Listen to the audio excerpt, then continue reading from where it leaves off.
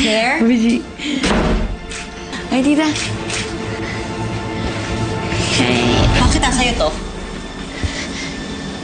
Tita, nakita lang naman po ako sa staff toy eh. Ikaw rin ba yung nakabasag sa picture frame ni Ana? Tita. Di ba sinabi ko sa'yo huwag kang pumasok sa kwarto ng anak ko?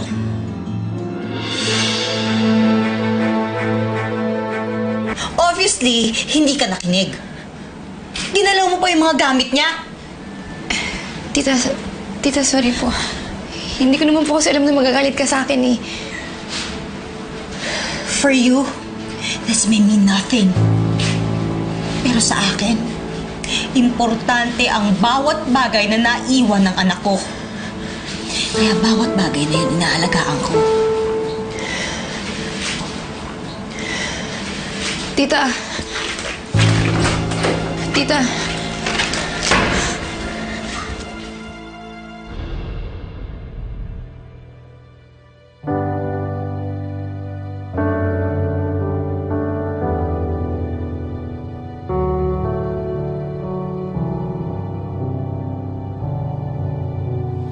Hanggang ngayon, pinoprotektahan ko ang lahat ng mga alaalang iniwan mo sa akin.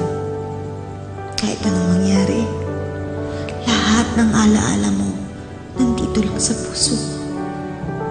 Buong-buo pa rin ang pagmamahal ko sa iyo, anak.